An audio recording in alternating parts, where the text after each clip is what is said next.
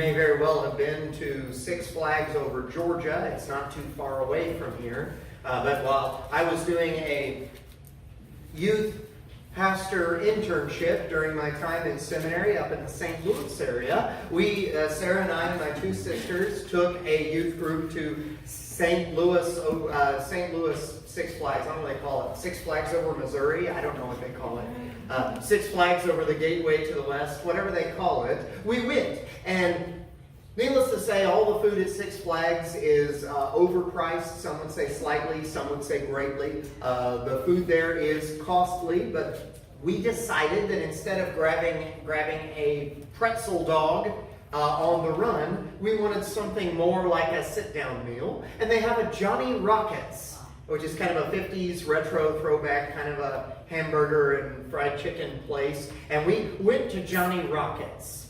And Johnny Rockets was crowded because it was Six Flags and because apparently a lot of other people didn't want a pretzel dog. So Six Flags was crowded and Johnny Rockets was crowded.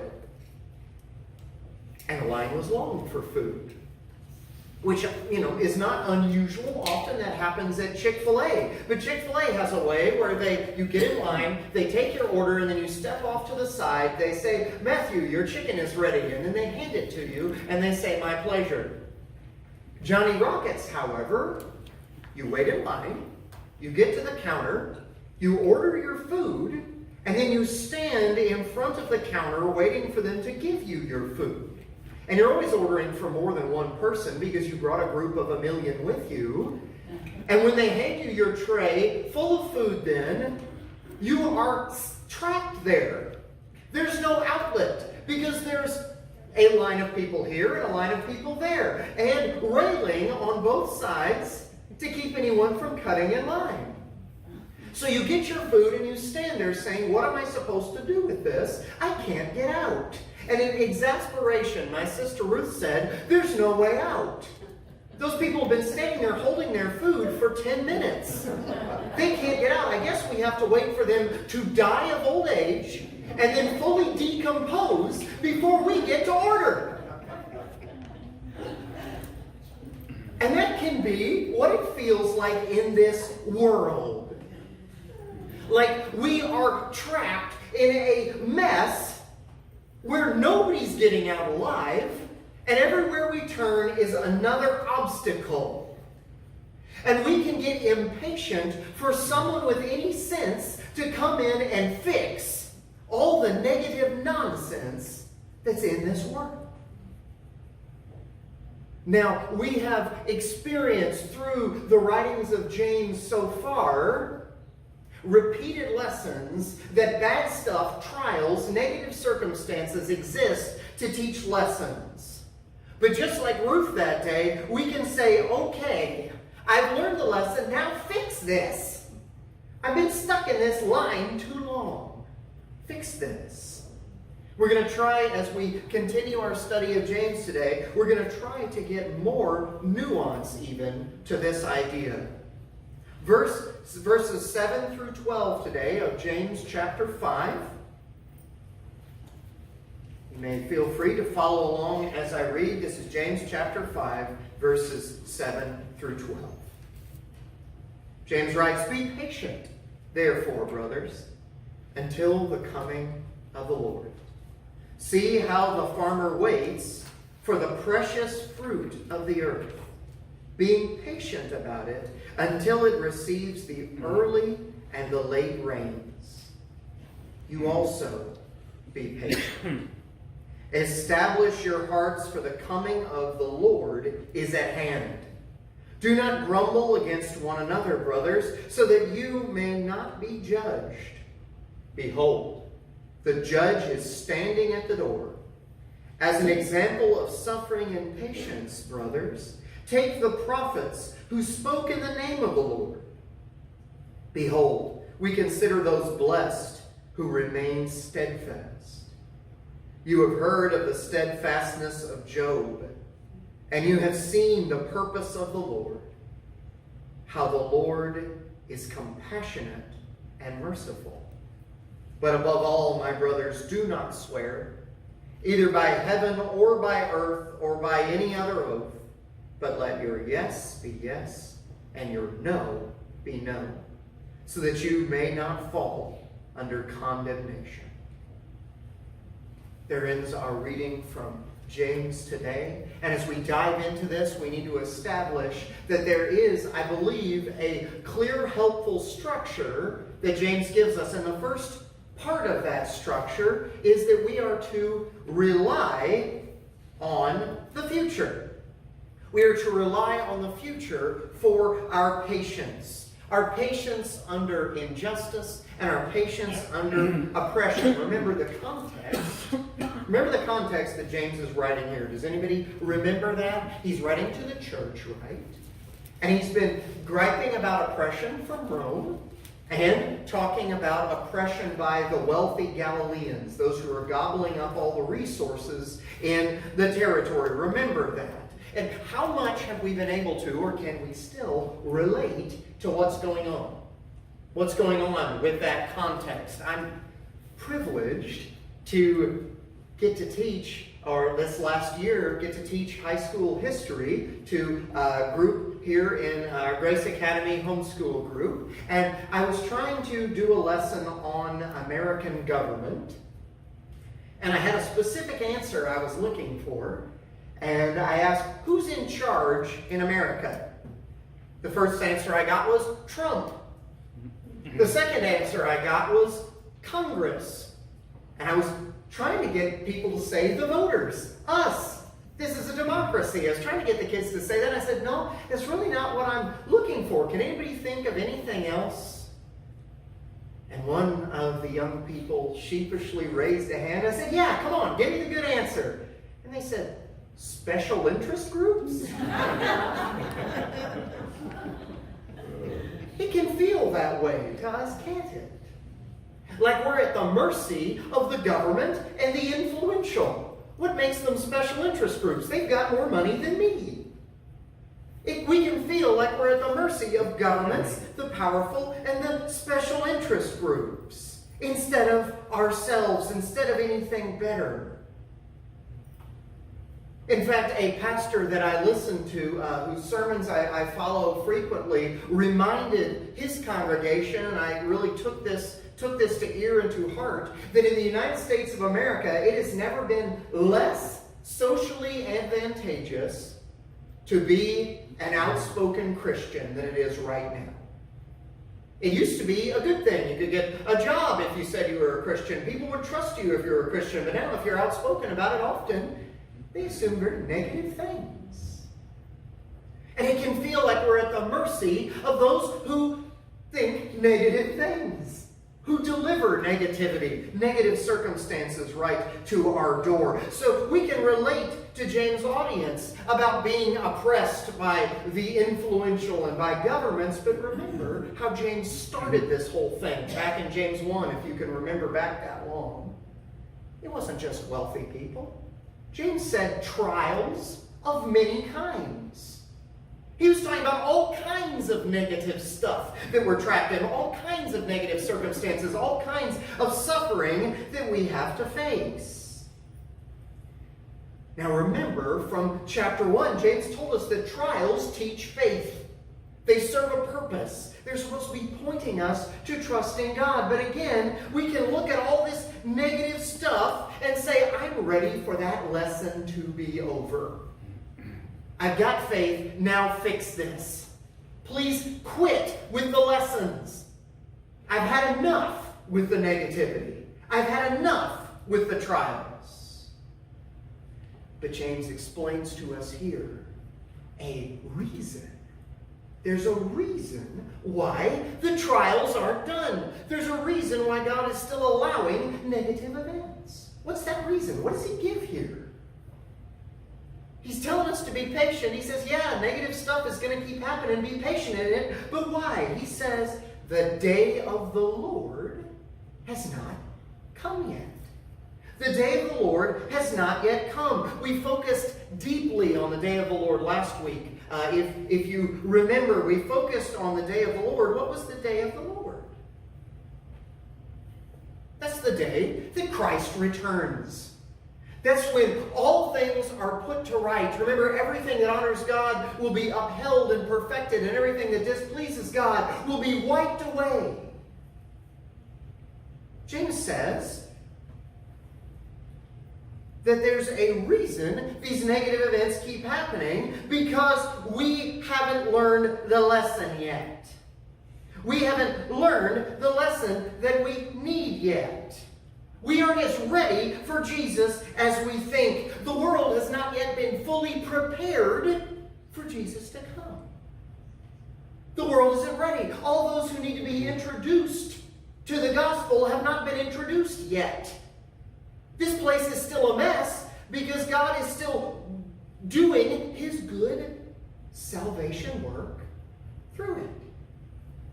The day of the Lord has not yet arrived yet, where all things will be put to rights, where our trials will finally come to an end. And that must be your promise and hope today. It's great, it's good to desire things to be fixed. That's a good passion. Stuff is a mess, and I'd like things to be better. That is a good passion. But instead of using it to get that passion to get discouraged and frustrated, use it to point you towards the actual perfection. That God is really going to fix things. And take heart that that's going to happen in his time. It's good to desire that day, but James writes repeatedly that we must not squander the lessons of the moment. Don't be so anxious looking forward to heaven that you miss you're not ready for it yet. Don't squander the lessons of today.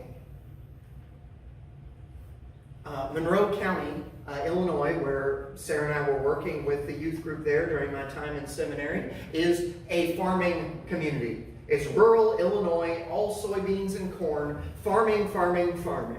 And I had a buddy there. I won't tell you his name because I didn't ask his permission to tell this story. But I had a buddy who was a farmer. And I respect farming a great deal, but I am not an agricultural expert. I am not. And Illinois gets rain at weird times, kind of like northwestern Georgia. And I would ask my buddy there, when it would rain, I'd say, so is this rain good or bad for the farmers? And he'd always have an answer. He'd say, well, yeah, we were waiting for it. We could use some rain. We'd say, whew, no, I hope this rain stops. Or, always an answer for whether or not the rain was good. But he had an incredible testimony of faith that he knew that rain was controlled by a higher power. And I got to see him during just my 4 years there. I got to see him year after year, patiently, faithfully, regardless of the rain, bringing his crops in. Patiently and faithfully.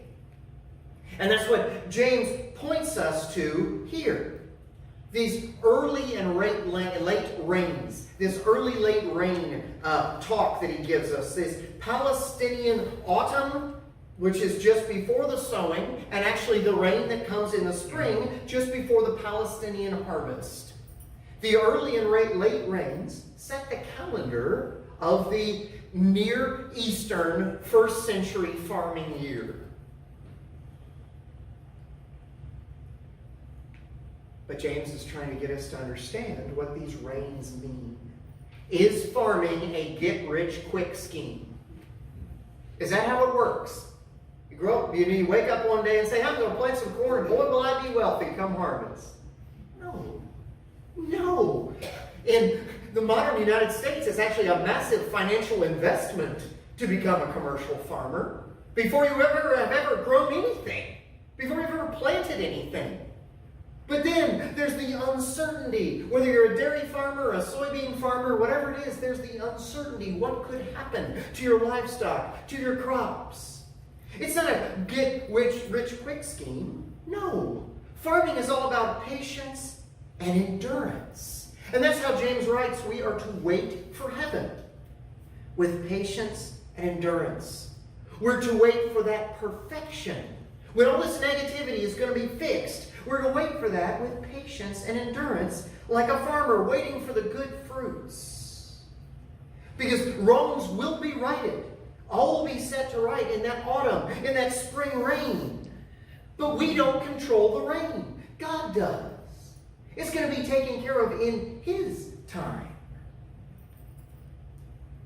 When all of the negative and positive circumstances that are under His control, just like we read in Job, when all the negative and positive circumstances have taught all the lessons and shaped all the people He's planned for them to, shaped all the lives for Christ that they are meant to. Our lives are crops that are planted for now in differing weather. It looks uncertain to us, but there's a certainty to God's plan. These events, negative and positive, have been structured. And that's what James is trying to get us to see. But usually, that's tough for us to see. We look around and it seems like everybody's having an easier time than we are. We look around and say, wow, they're so much healthier than me. Wow, they're so much richer than me. Wow, they're so much fitter than me. Wow. I had this experience in a broader context this past week in Dallas as pastors and elders, ruling elders from all over the world gathered together in Texas. And I went to a seminar that was taught on helping without hurting, because we have a lot of needy people in Polk County. And the seminar was taught on helping without hurting, and it was an excellent seminar. I actually learned a lot. Get ready, elders, for session meeting. I learned a lot, but the guy teaching the seminar received in their deacons fund, their financial assistance fund, $5,000 a week in tithe money. $5,000 a week he got to use as an outreach for his church.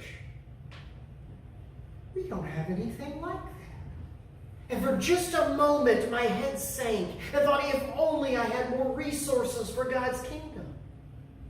But it's not up to me and not up to you what resources we get to use.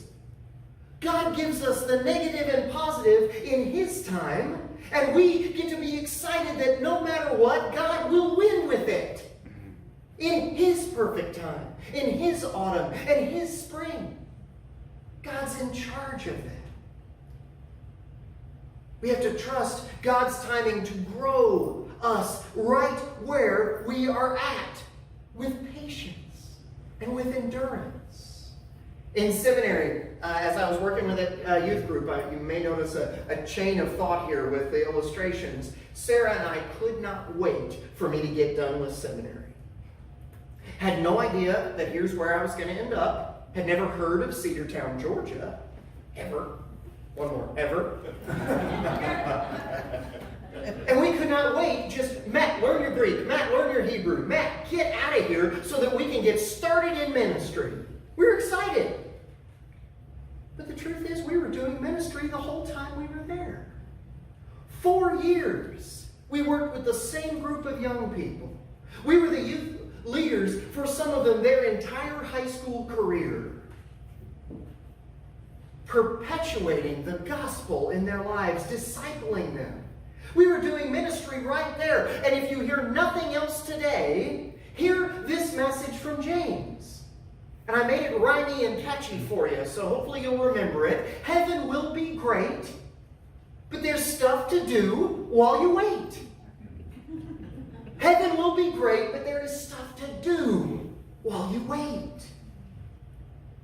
And that's our second point today. Be patient in the present.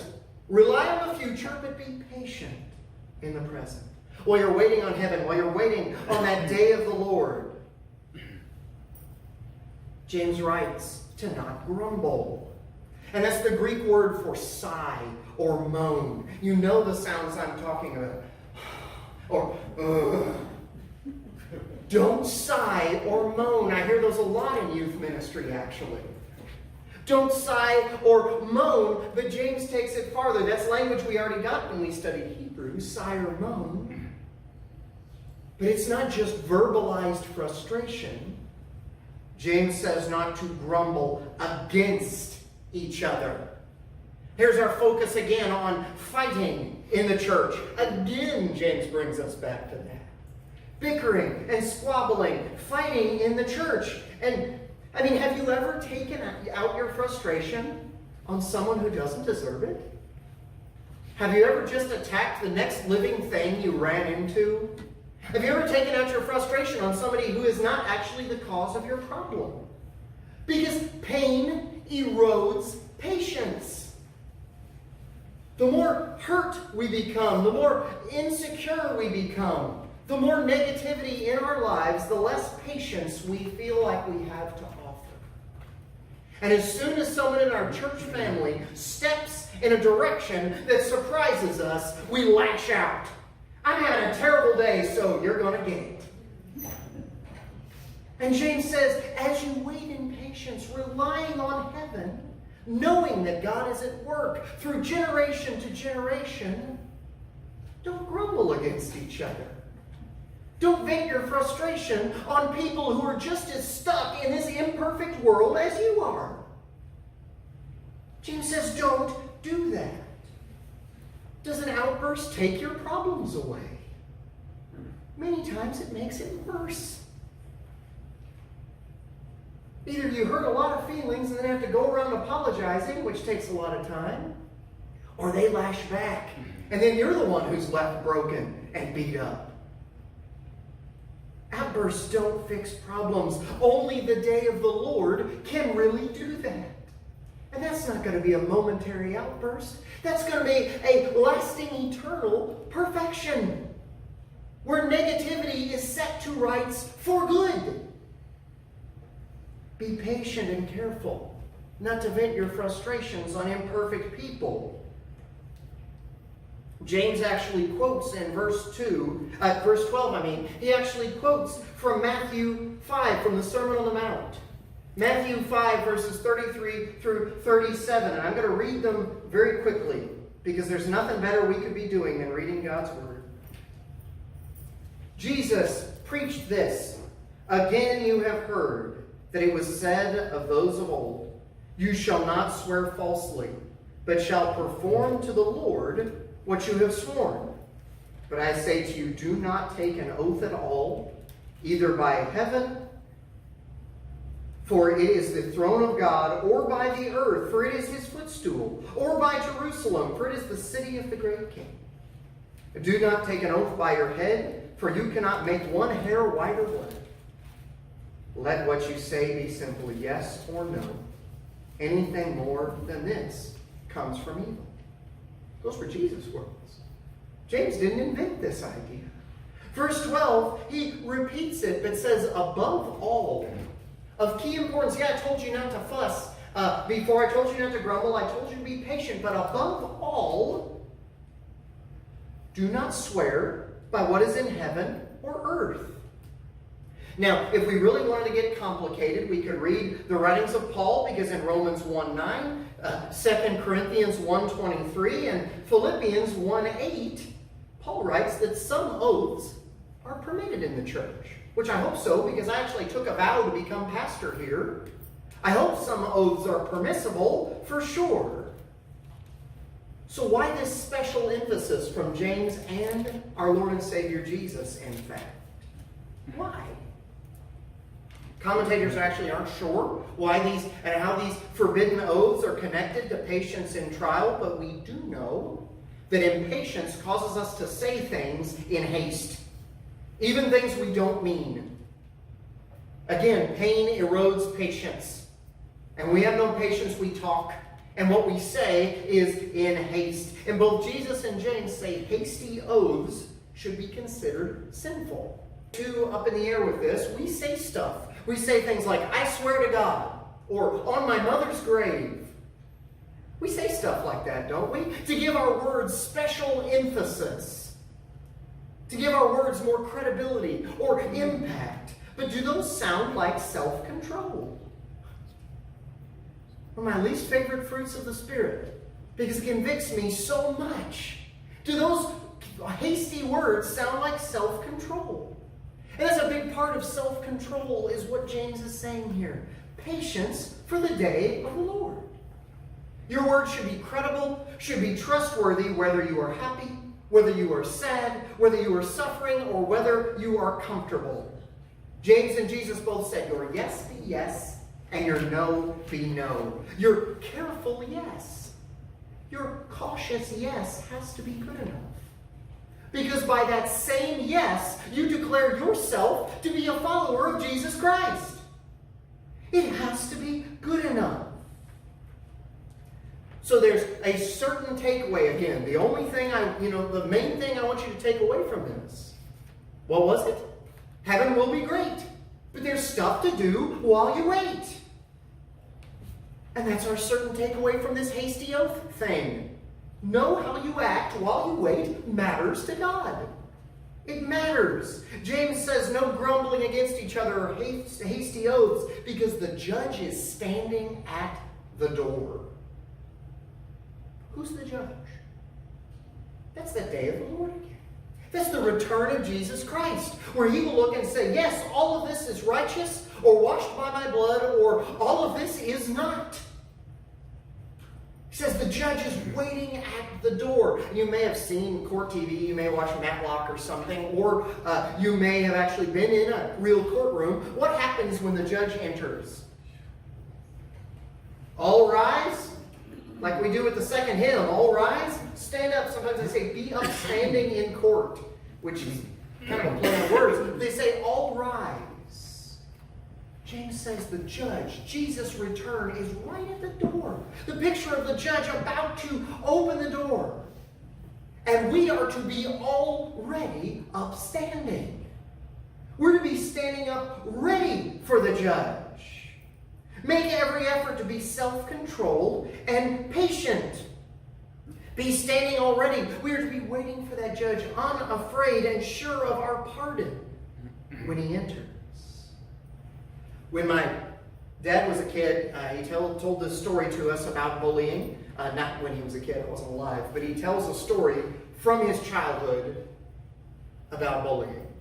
He was on his way to school, and a bigger kid, which older kids are bigger, stopped my dad on the way to school and said, give me your money. Common occurrence, sadly. This kid was bigger than my dad. My dad was afraid, and my dad gave him his money. Same thing happened the next day. And the next day. My dad had to go without milk at lunchtime because his milk money was being stolen by a bully. But my dad was learning to play the drums as a child in hopes of getting in the marching band. And instead of putting them in his backpack or his little satchel, he started carrying his drumsticks in his hand. And the next time that bully reached out to grab a hold of him to force him to give his money, he took his drumsticks and whacked the bully right across the knuckles. And that was the last time that guy asked for his money. The very last time. And each and every time, my dad from then on came up against an obstacle that made him feel afraid, he could remember back to the drumsticks and the bully and know that not every obstacle is worth being afraid of. And that's our last point from James today, that not only are we to rely on the future, be patient in the present, we are also supposed to get help from the past. Get help from what came before. Verses 10 through 11, James gives us this evidence of what's come before. The prophets. This key word, the prophets, right? The prophets. Who's he talking about? That's the whole list of faith that we get in Hebrews 11 and even more. That's most of who wrote, inspired to write the Old Testament. Now these prophets, who do we look up to from Christianity's past? The impatient and the grumbling, or the patient and faithful? Which group is more like Christ? In fact, who were all those prophets proclaiming? Who were they saying, look ahead to? Him. Jesus. Jesus patiently bore the cross without grumbling. so that you can wait for judgment, wait for the judge, sure of pardon, with hope and patience. Look back on what Jesus did for you. Look back on what Jesus did for you so that you can face your future without fear. But we can get help from prophets too. Not just the one they proclaim, but also the ones proclaiming. They're suffering in patience, as James describes, and they're able to do that, he says, because they're speaking in the name of the Lord. They're able to stand steadfast because they are servants of God. And remember, we started this whole worship service talking about God being faithful from generation to generation. That's your hope for the future. What mission are you on? Are you going to lose? If you are serving God, see yourself as part of His mission, and you don't have to be afraid. We see a connection here between patience and serving a higher purpose. See yourself as part of God's plan, so that you can be patient even when your pain isn't taken away as fast as you'd like it to be. Because I want pain to last about 1,000th of the time it takes to cook a Hot Pocket. And that's not how it works often. We get another example from the past here as we begin to wrap up the patience of Job. Patience of Job, you hear that phrase all the time. The patience of Job. But what did Job actually live through? A lot of pain. He lost his wealth. He lost his family. And as if that wasn't enough, God gave Satan permission to afflict his body as well. So it became physical pain. Not just emotional, physical anguish as well. Sitting in ashes, scraping himself with broken pottery because he itched that bad. That's worse than poison oak.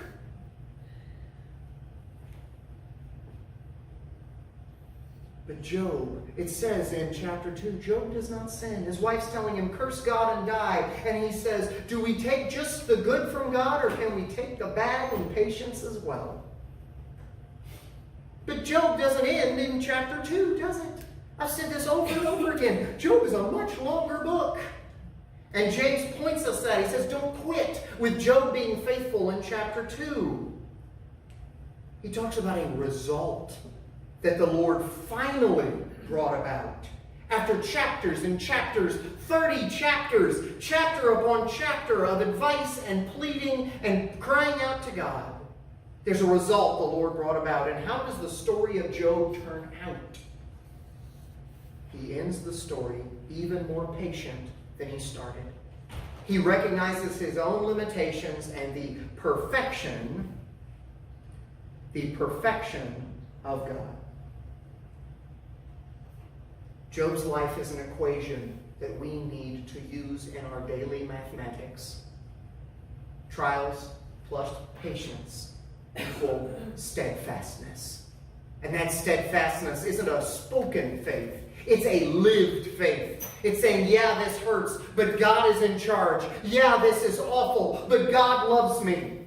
Yeah, this is uncomfortable, but God is perfect and loving. That's steadfastness. Make yourself patient in trials by making yourself certain God is perfect and loving. He sent Christ at a totally unique, unexpected time in history, exactly when salvation needed to be evidenced. Just like God had promised. People should have been expecting it because God had been promising it, spoken and through his prophets for hundreds of years. And if you believe that promise, you need to trust God's promise here in Job, that he will not delay Christ's return, fully removing this sadness and negativity 1 second past God's perfect moment. That's part of God's perfection, that he is indeed good and loving. James wants us to finish this thought train with this reminder that the Lord is compassionate and merciful. He didn't put Job through that for the fun of it. He did it so that he could create an even more steadfast, faithful servant. So that Job would have even greater faith when he faced worse stuff. That's what negativity's purpose is serving.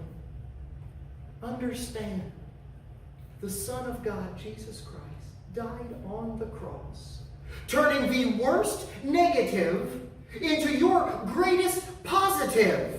Because you need a present where you can know negatives are no accident. Where you can live looking forward to a positive, pardoned future. Secure in steadfast faith in Jesus Christ.